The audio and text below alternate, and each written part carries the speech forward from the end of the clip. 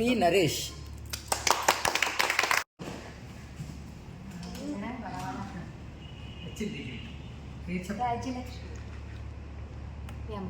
రాజ్యలక్ష్మి గారు.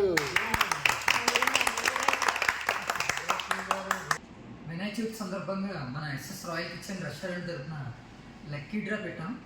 ఈ lucky draw విజేతలు వచ్చేసి కె రాజ్యలక్ష్మి గారు 1000 8500259099 మరియు పి నరేష్ గారు 9848837785.